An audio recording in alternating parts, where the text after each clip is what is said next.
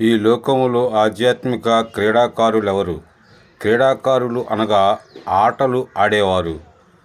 ఆటలు ఆడేవారు, పాటలు పాడేవారు. వారికి పోటీలు ఉంటాయి. పరీక్షలు, పోటీలు సర్వసాధారణము.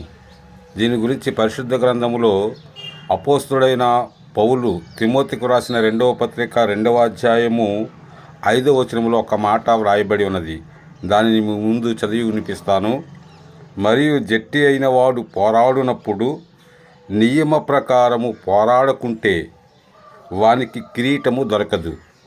పారితోషికము, బహుమానము, కిరీటము ఇవి దొరకాలి అంటే నియమ ప్రకారము పాల్గొవాలి, నియమ ప్రకారము జీవించాలి.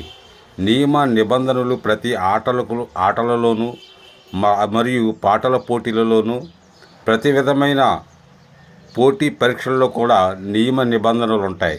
అలాగే మన విశ్వాస జీవితంలో మనము ముందుకు కొనసాగాలంటే మనము కూడా ఈ విశ్వాస జీవితంలో క్రీడాకారులు లాంటి వారు క్రీడాకారులు బహుమానం కొరకు ఎలాగైతే పరిగెడతారో, జట్టి అయిన వాడు ఎలాగైతే పరిగెడతాడో అలాగే మనము కూడా ఈ యొక్క జీవన పోరాటంలో